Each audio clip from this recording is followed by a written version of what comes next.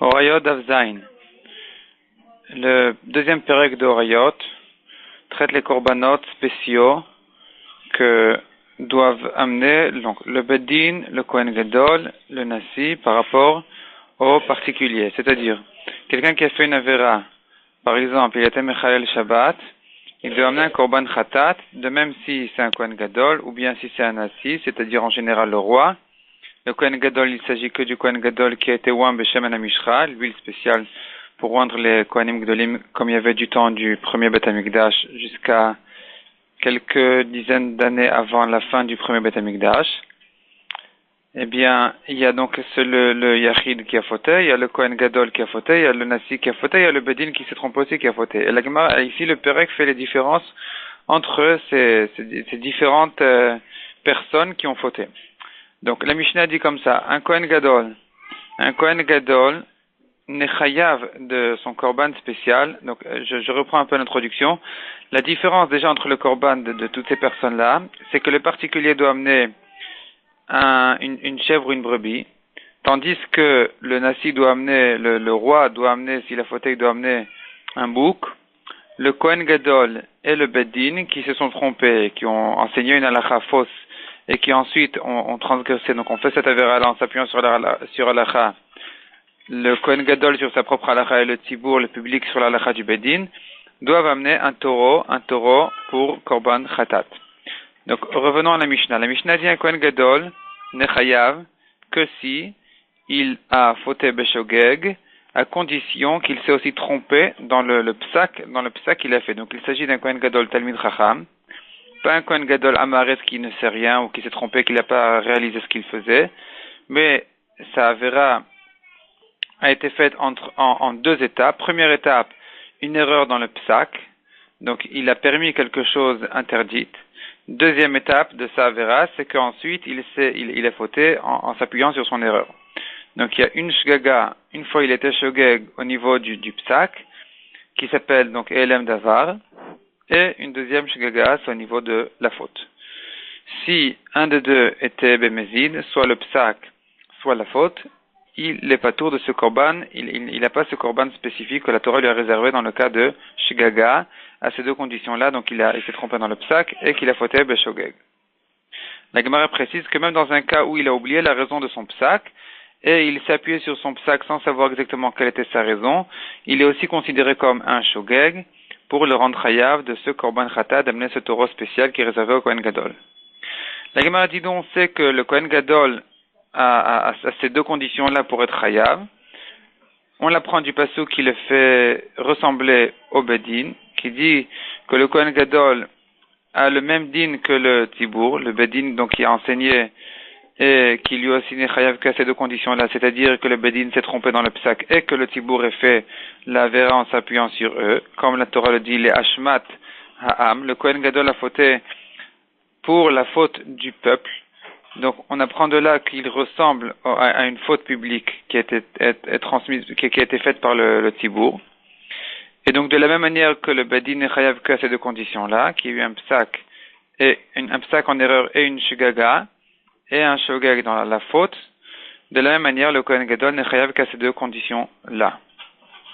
La Gemara dit qu'on a besoin quand même de ce pasuk, malgré qu'on aurait pu l'apprendre même sans cette dracha spéciale, on aurait pu comprendre tout seul que le Kohen Gadol ressemble au Tzibour puisque les deux doivent amener un taureau, contrairement aux particuliers qui n'amènent pas un taureau comme korban, mais puisqu'il a un deuxième côté de ressemblance où il ressemble non pas au Bedin, mais au Nasi, au roi, puisque les deux doivent amener un korban, une chèvre, quand ils ont fauté ils ont fait une faute d'Avodah Zara, et aussi, ils ont les deux comme point commun d'être chayav un korban Hacham Vadaï.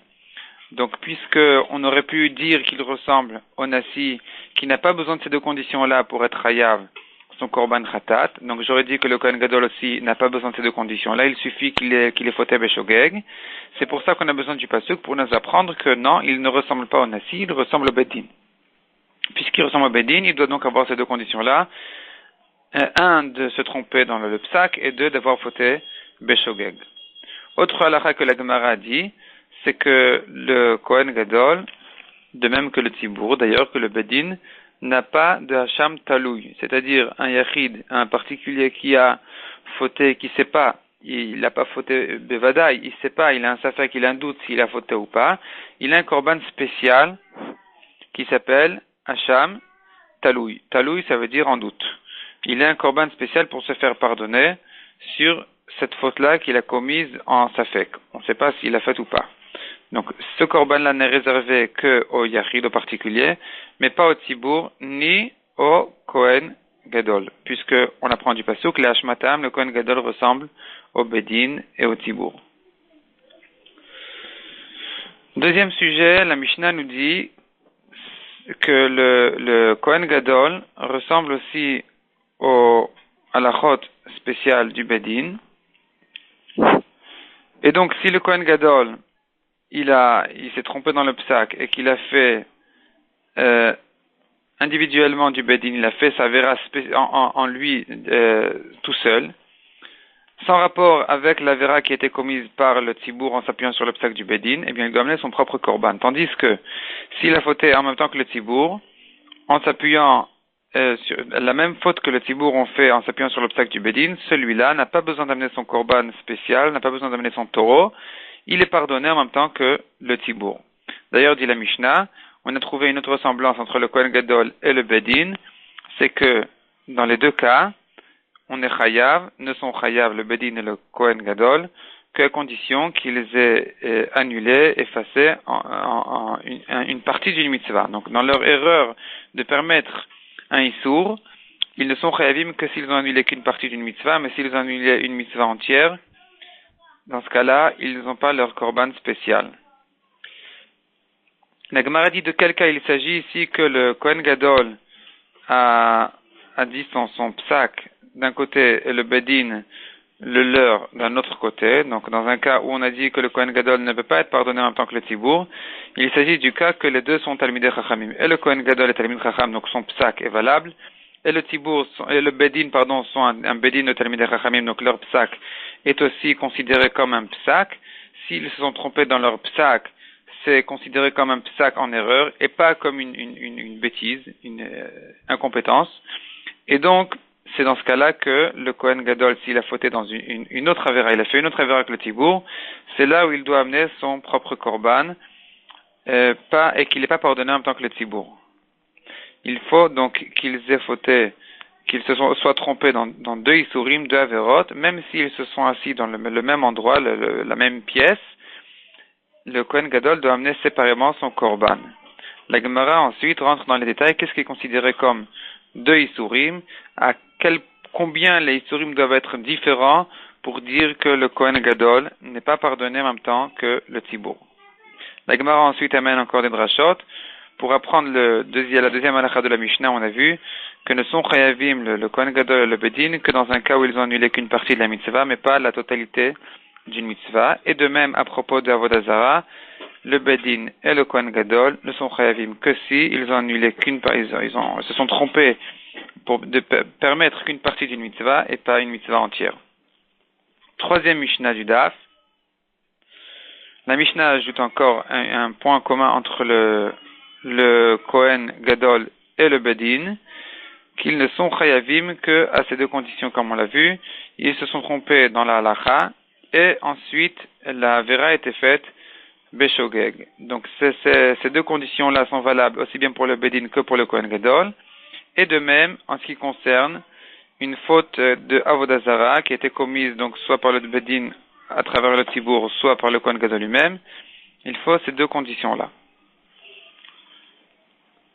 La Gemara ramène une machloket tanaïm entre Rabbi et Rabbanan. Est-ce que le Kohen Gadol qui a fait Avodah Zarah beshogeg, il n'est chayav de son korban que à ces deux conditions habituelles, à savoir qu'il se soit trompé dans la halacha et qu'il ait fait sa vera beshogeg?